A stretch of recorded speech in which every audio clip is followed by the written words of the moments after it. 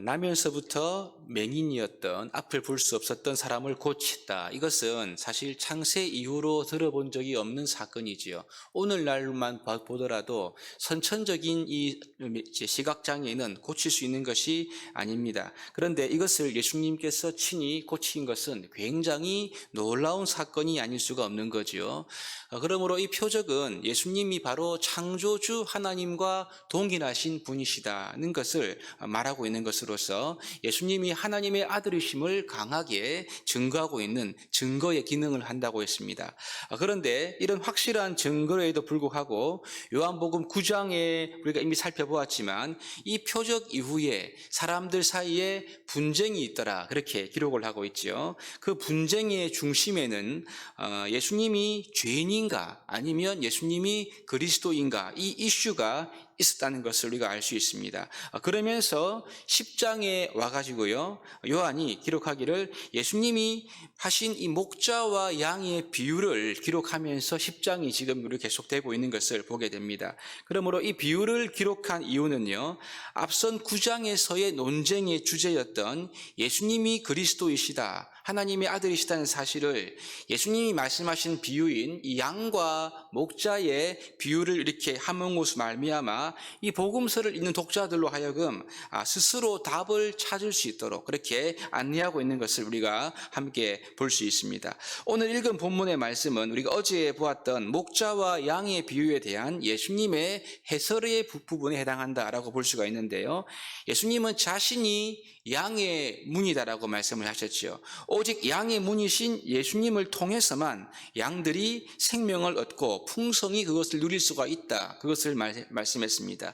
이 부분은 어제 담임 목사님께서 잘 말씀을 해주셨습니다. 오늘날 이 포스트 모더니즘의 세상, 그리고 종교다원주의 세상 가운데서 구원의 길이 하나가 아니라 많이 있다고 말하지 않습니까? 산 정상으로 가는 길이 하나뿐인 것이 아니라 여러 개의 길이 있다, 이런 식으로 구원받는 길도 마찬가지로 하나가 아니라 다양하게 있다라고 주장하는 주장인데요, 아주 그럴듯하게 보이지만 이것은 진리가 아닙니다. 성경은 그렇게 말하고 있지 않죠. 오직 양의 문이신 예수님을 통해서 가는 길만이 생명에 이르는 길이다, 이것이 성경이 지속적으로 우리에게 말해주고 있는 분명한 진리인 것입니다. 그래서 오늘 본문에도 보시면 이 양의 문을 그 문, 더 게이트, 오직 하나밖에 없는 문으로 그렇게 설명을 하고 있는 것을 보게 되죠. 오직 그 문이신 예수님을 통하는 길, 예수님의 말씀을 듣고 믿는 길 이외에는 생명을 얻는 길이 없다, 이것을 우리에게 분명히 하고 있는 것입니다. 여러분, 그렇습니다. 예수님은 우리에게 자유와 생명을 주시는 하나님의 아들이시지요.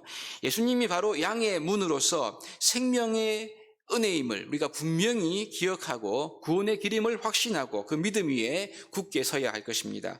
그렇기 때문에 8절에 보시면요, 나보다 먼저 온 자는 다 절도이고 강도라고 이렇게 말씀을 하고 있는데요, 이 말은 양의 문을 통하여서 들어오지 않는 사람들은 목자가 아니라는 것이지요. 문을 통해 들어오지 않으면 절도이고 강도이다 라고 주님이 말씀하십니다. 앞선 비유에 의하면 이들은 문을 통해서 우리로 들어가는 것이 아니라 다른 데로 넘어서 가는 자들이라고 말하고 있죠. 그러므로 이들의 정체가 목자가 아니라 강도고 절도이고, 이들의 목적은 도둑질하고 죽이고 또 멸망시키기 위한 것이라고 이렇게 말하고 있습니다. 사탄의 목적과 동일한 거죠. 여러분, 이들은 사실 1차적으로 강도요 절도인 바리새인들과 당시 유대인들을 말한다고 볼 수가 있습니다. 당시 종교 지도자였던 이 바리새인들은요, 목자가 아니고 사꾼들이었죠. 이것을 나면서부터 맹인되었던 사람을 고친 사건이 사실 이것을 가장 잘 보여준다고 할 수 있습니다. 생각해 보십시오. 나면서부터 맹인이었던 사람이 이제 막 시력을 회복한 거죠. 그럼 여러분, 이 사람에게 뭐가 제일 필요하겠습니까? 지금까지 한 번도 본 적이 없습니다. 그런데 이제 막 시력을 회복했다면 이 사람에게 필요한 것이 무엇일까요? 그것은 여러분 지금 유대 사회에 적응하는 거 아니겠습니까? 그리고 정상적인 사회생활과 경제생활을 하려면 지금 이 사람은 배워야 할 것이 많고요. 또 누군가의 많은 도움이 필요한 것이 사실입니다. 금방 정상적인 사람처럼 살 수가 있는 것이 아니지요. 여러분, 그러므로 이 사람은 여전히 아직 약자이고 도움이 필요합니다. 비록 지금 눈을 떴지만 여전하게 약자인 거지요. 그런데 유대인들은요, 이가 예수님을 옹호한다는 이유만으로 이제 막 시력을 회복한 이 약자인 이 사람을 도와준 것이 아니고 내쫓아 버렸지요. 한 사람의 새로운 사람을 맡고 있을 뿐만 아니라 그 새로운 삶을 빼앗는 그런 역할을 하고 있는 사람들이 바리새인들과 유대인들이다. 말 그대로 목자가 아니라 도둑, 절도, 강도 역할을 이들이 하고 있는 것을 우리가 볼 수가 있습니다. 여러분, 예수님 말씀대로 이들은 사꾼이지요. 잘못된 종교적인 신념을 앞세워서 그리고 자기들의 영적, 종교적 기득권을 추구하는 사람들이기 때문에 자기 자신만 보았지, 자신의 이득만 보았지 약한 사람은 눈에 들어오지 않는 것입니다. 양과 같은 이 맹인이었던 사람을 결코 돌보지 않고 쫓아버리는 것으로 이야기가 끝나지 않습니까? 하지만 예수님은 달랐죠. 9장 후반부에 보시면 예수님이요, 그 쫓겨난 한 사람을 일부러 만나십니다. 그리고 예수님을 처음에 희미하게 선지자로 고백했던 이 사람의 믿음을 완전하게 이끌어주는 역할을 주님이 하시는 거지요. 이 맹인 되었던 자가 결국은 예수님을 만남으로 말미암아 예수님을 그리스도로 고백하는 것을 보게 됩니다. 여러분, 그래서 앞을 보았던 기적에서 더 나아가 하나님의 생명, 영생을 얻는 그 은혜로 주님이 직접 찾아가서 인도하시는 것을 보게 되는 것입니다. 여러분, 그러므로 예수님은 생명을 주는 양의 문일 뿐만 아니라 오늘 본문에 보시면요, 한 영혼을 찾아가는, 자신의 한 영혼을 찾아가서 사꾼들과는 분명히 구분되는 선한 목자로 자신을 계시하고 계신 것을 보게 되는 거죠. 사꾼들에 의해서 쫓겨난 한 사람을 주님이 친히 만나시고 영원한 생명의 길로 인도하시는 예수님, 그분이 바로 선한 목자이시다라고 스스로 말씀을 하고 있는 것입니다. 지금 우리 예수님은 동일하십니다. 한 생명을 귀하게 보시지요. 한 생명을 찾아가셔서 만나주시고 자기의 이름을 부르는 자에게 구원을 주시는 분으로 우리 가운데 계십니다. 여러분, 그 주님이 찾으시는 한 생명 가운데, 그 이름 가운데 저와 여러분들의 이름이 있다는 것을 믿으십니까?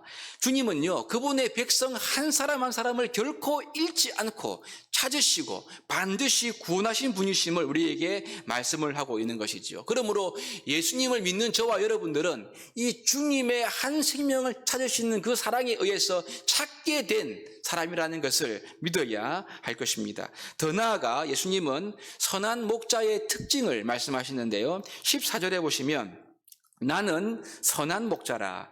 나는 내 양을 알고 양도 나를 안다라고 말씀하시지요. 자신의 양, 아까 말씀드렸지만 자신의 양의 이름까지, 특징까지 정확하게 아는 분이 우리 예수님이시고 예수님 바로 선한 목자이시다라고 말하는 겁니다. 15절 하반부에 보시면 예수님이 자신의 양을 알 뿐만 아니라 양들을 위해서 목숨을 버린다, 그렇게 말씀을 하고 있죠. 이것을 17절과 18절에 가서는 자신의 목숨을 버리는 것과 더불어서 이것을 십자가의 죽음과 부활과 관련해서 말씀하시는 것을 보게 됩니다. 이렇게 주님이 자신의 생명을 주시고 얻는 것은요, 히브리서 13장 마지막 절에 보시면 기록된 대로 양들의 큰 목자가 되기 위한 것을 가리키는 것으로 우리가 해석할 수가 있겠습니다. 여러분, 그렇습니다. 예수님은 자신의 양들을 위해서, 자신의 소유를 위해서 자기의 생명까지 기꺼이 내어놓으시는 선하신 목자이시다라고 우리에게 말씀을 하고 있지요. 오늘날 우리 역시 마찬가지 아닙니까? 오늘 예수님은요, 자신의 목숨을 버려서 구원하시고자 하는 그분의 양들이 누구인가? 바로 저와 여러분들이라는 것이죠. 이것이 16절에 기록되어 있습니다. 또 이 우리에 들지 아니한 다른 양들이 내게 있다. 내가 인도하여야 할 터인데 그들도 내 음성을 듣고 한 무리가 되어 한 목자에게 있으리라. 미래형으로 기록하고 있죠. 아직 우리에 들어오지 못한 양들이 있는데 그 양들도 한 우리에 들어오게 될 것이고 내가 그들의 목자가 될 것이다 라고 말씀하시는 것이죠. 당시 이 말씀을 미래로 했기 때문에 이 우리에 들지 않는 양들은 바로 저와 여러분까지도 포함된다고 우리가 볼 수가 있는 것입니다. 여러분, 그 예수님은 자신의 양들을 위해서 바로 오늘 우리를 위해서까지 자신의 목숨을 내어놓으신 선하신 목자인 것을 오늘 말씀이 우리에게 증거하고 있습니다. 우리를 사랑하시되 그분의 생명을 다 주어서 사랑하시는 것이지요. 이 예수님이 우리의 목자라고 한다면 여러분, 우리가 뭐가 더 두렵고 부족한 것이 있겠습니까?